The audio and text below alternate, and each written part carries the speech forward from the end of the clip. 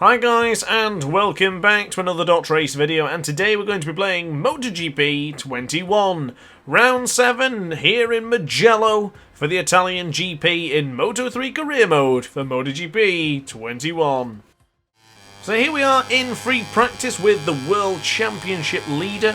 Now, because how great Le Mans was and what we did with the power setting 1, I said in that video we were only going to stick to power setting 1, and that is still very true here. We will only be using power setting 1 from here on out, or at least in the Le Mans video further on. If you haven't seen the Le Mans Grand Prix video, I highly suggest and recommend to you to watch that one first before talking about this video, because I will spoil the results of that magnificent race in Le Mans, and I really don't want to spoil it for anyone who hasn't quite seen it yet, because it was a bloody phenomenal race. So therefore I implore you to check that video out first if you haven't done already. And for the ones who did watch it, how bloody awesome was that video? The race in that one was the best race I ever had in MotoGP games per se. All of them. That was the best and the most amount of fun I've ever had in a MotoGP video game ever. That race was phenomenal. And I can't even put it too much into words about how great it was. We're here in Mugello. I hope to do the same thing here with power setting 1. I hope it to be just as entertaining and just as wacky as it was in Le Mans. But we are currently quite far down considering we're using power setting 1. We really struggle on the main straight and a couple of areas in general. Even going into Arrabbiata 1 and 2, we do struggle a lot. Coming up to the sector 3 now, we're going to be down by a couple of tenths as well. We're actually down by 3 tenths of a second. We just didn't validate the lap there as we go a little bit. Oh my god! What a crash! Jesus! After an unbelievable crash in free practice 1, the championship leader was unable to continue, but is back here for free practice 3 in the wet for the Italian GP right here in Mugello. So as discussed already, because of us not being able to compete into free practice 1, we have moved on to free practice 3, and we are stuck trying to compete for a qualifying session that is impossible to make. And what I mean by that is because everyone who has already set laps into the dry in free practice, whether they were fast or slow, is still going to be a hell of a lot quicker than what we can produce right here in the wet. So basically for us, our cards have been dealt. We will be in qualifying 1 regardless of what lap time we put in here, what position we may finish. It doesn't matter. We will be into qualifying 1 and we'll be working our way up to qualifying 2.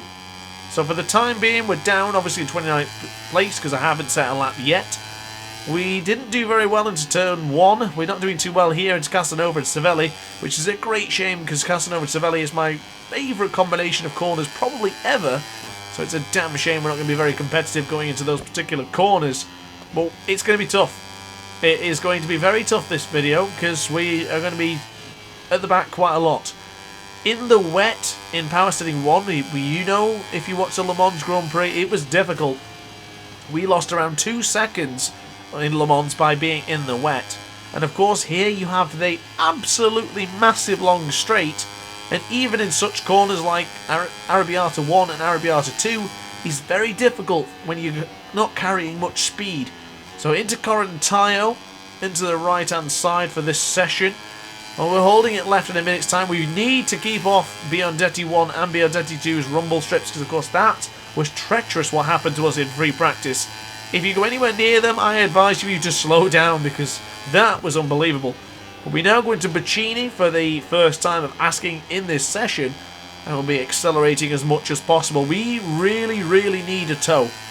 We really need a tow. Because if we don't get a tow going across the line, we will be down by a whopping couple of seconds. Already as things stand, 3.322. And of course, don't really pay attention too much to the idea of us being in 6th place. A lot of riders haven't set their lap times in yet. So of course the current standings are as follows, with Gabriel Rodrigo in 1st place, Guevara 2nd, Fenati 3rd, Farad Izdihar on 2, and Grant is your top 6 currently. So that is not really the best of the best in the top 8 currently.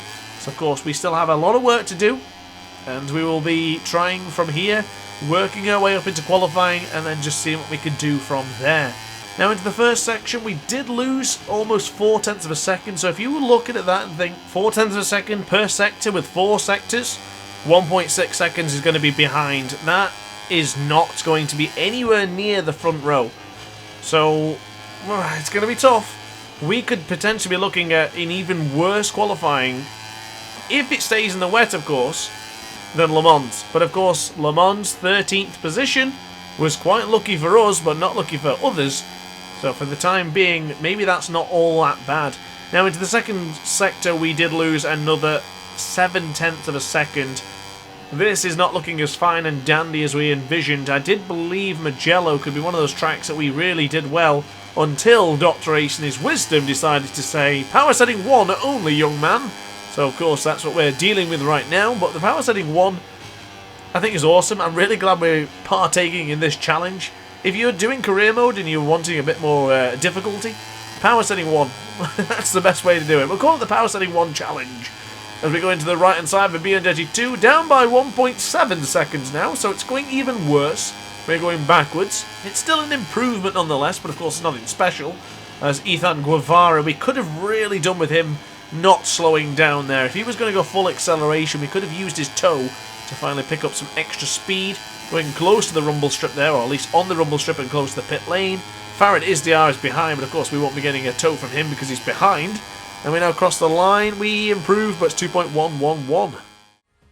So free practice is over. Kaita Toba, Binder, Masia, Sasaki, Dupasquier, Rodrigo, Ethan Guevara, and my 2 teammates, Adrian Fernandez and Romano Fenati, are way up the grid compared to us. Not ideal for the World Championship leader. A pleasant sight appears upon us for Q1. Thank goodness it's dry. We might have a chance to get into Q2. But for now, Q1 first and then Q2 afterwards if we make it.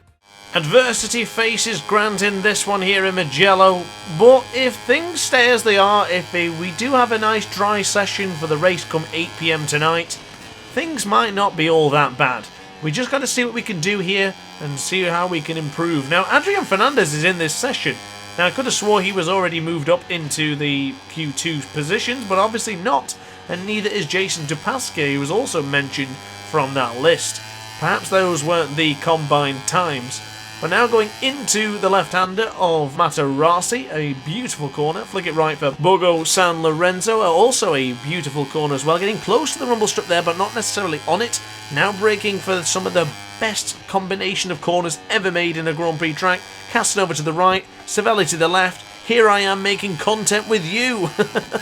Okay, that was a bad joke, but cracking on with the action still, because we're into Arrabbiata 1.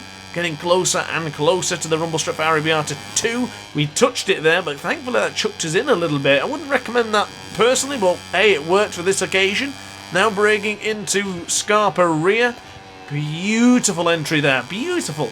I struggled a bit into MotoGP 20 there, did really well ride 4, and I feel great in MotoGP 21 going into Scarpa rear. Now going into the very difficult right-hander of Corantayo. It's kind of deceiving that when it feels like you can go in there with carrying too much speed, or a bit more speed than you carry, but honestly, probably too much speed. Going to the left-hand side for BN1, to the right to BN2. Brilliant onto the rumble strip, because you know what happened earlier, free practice. Excellently done. Now going into Bacchini, braking very, very late for this one. I don't mind doing sort of a V line, going into it, sort of making a V shape, and then pushing straight out of there. Why aren't you using my slipstream, Adrian Fernandez? We could utilise our skills together to get ourselves up to Q2. For the time being, this lap, is it going to be enough? As across the line we go, it's a 1:59.971. So great news, Grant survives adversity. No one came close to that lap time. Antonelli, Fenati and Onchu do indeed make their way up through into Q2, just as well as Grant did, but no one came close to our lap time there, so I am feeling pretty confident for Q2. So here are the riders from Q1, Grant, Antonelli, Fenati and Onchu that we've just seen. We'll be battling out with Binder, Rodrigo, Masia and Acosta and a lot of other very talented riders. So here we are in Q2. Didn't think we'd make it, to be fair, but I'm pleased to say we are here. We did set a 1:59.759, which was actually invalidated because I made a little bit of a mistake. But still, that 1:59.759 with tyres that look as red as that, it's still very positive indeed. I'm using the soft tyres because I want to save some of the mediums or hards for the race, just in case it gets a really, really warm race. Now exiting Poggio Secca, pretty good exit speed there. Going into Matarassi, we want to nail that as well. 0.2 of a second we're up by to Nico Antonelli's 2:01.881. Brilliant lap from the Italian. Now we'll be going into the best section of corners. Casanova, do we get it right? Ooh, sliding the rear a little bit. Of course, that will happen when the rear tyre is that warm. The rear will slip, it will slide a little bit. But as long as we go into Arrabbiata 1, keeping... Oh, don't touch the rumble strip. It's really treacherous to touch that inside line at Arrabbiata 1. We're up by a whopping 0.8 of a second. It is night and day when it rains here. I'm pretty decent in the wet, but when you have power setting 1 in the wet, you don't move. You really struggle. And this is really, really on demonstration right now, as John McPhee sets the fast lap of the Grand Prix with a 2-minute 8.37. Now actually changed, because Jeremy Alcoba is now going to a top position. 2-minute and 6.70. Alcoba holds provisional pole right now as we get a little bit out of shape going into Biandetti 1. Not ideal. We lost 0.6 of a second by making that mistake there. Goodness me. So as well, look into the top right corner of your screen there and you will see the personal sector was the first one and then 2 red helmets after that. Basically means that we struggle into sector 1, obviously, because we are on the long straight, and then the 2 or 3 sectors we really claw that back. But going across the line in a moment's time, this could be a great lap from us. Is it going to be a 2-minute lap? It's a 2-minute 3.95. We're into second place. So we will try again. We are beautifully positioned this time behind Yamanaka. We could use his slipstream. I do believe we got behind him again in the Le Mans, didn't we? But at 2-minute 3.95 with that big mistake going into Biandetti 1, think what we could be if we don't have that mistake. Use the slipstream of Yamanaka. We're already up by 1/10 and a bit, so his slipstream helped out a massive ton. As Alcoba is still on the front row, but again, Masia, 2 red sectors for him. Alcoba, 3 red sectors for him. Antonelli on a personal best in sector 1, and Ethan Guevara, 2 red sectors for him as well. This could go even better. We have to put in a phenomenal lap here if we want the front row, because the guys from behind, they're going to start chucking in their lap times as well as we're getting closer to the rear of Yamanaka. We're using his slipstream pretty beautifully here though, but we're only gaining 1/10. Are we going to struggle getting past him into Arrabbiata 1? I do believe we're going to be quicker than him going into Arrabbiata 1, or at least exiting out at Arrabbiata 2.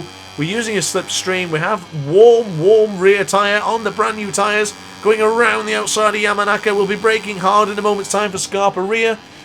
Not bad. We went a little bit gingerly in there. Now to the left-hand side for Pelagio. Kick it out onto the rumble strip. Ooh, we got close to us. Pedro Acosta shows his interest. Pedro Acosta now on the front row. He's now up into pole position as things stand with a 1:59.943. Brilliant lap from the young Spaniard, the Red Bull Rookies Cup winner. We're down by 0.5 of a second compared to his lap time, but we're up by 0.2 of a second. 3 red sectors for Grant. Antonelli's on 3 personal bests, but Grant is charging. He came from Q1, didn't even compete in free practice 1 or 2. This could be legendary. Adversity, we spit in the face of that. We are doing everything we can to try and keep our front row position, but even better, could we take pole position? Grant is charging, he's up by 0.6 of a second, and across the line he goes. No, is it enough? Yes! A 1:59.818. Excellent qualifying from Q1 to Q2 pole position. That is bloody brilliant. So your grid for tonight's video at 8 PM is Grant in pole, Acosta, Giammatteo on the front row, Suzuki, Mino, Alcoba, Garcia, Fanati and Foggia is your top 9. But guys, thank you very much for watching as always. Stay tuned for 8 PM tonight for the Mugello Grand Prix. And guys, as always, thanks for watching. If you enjoyed the video, like, comment and subscribe. Hit the notification bell to be alerted to every single DrAce upload. And upon that note guys, thanks for watching and ciao for now.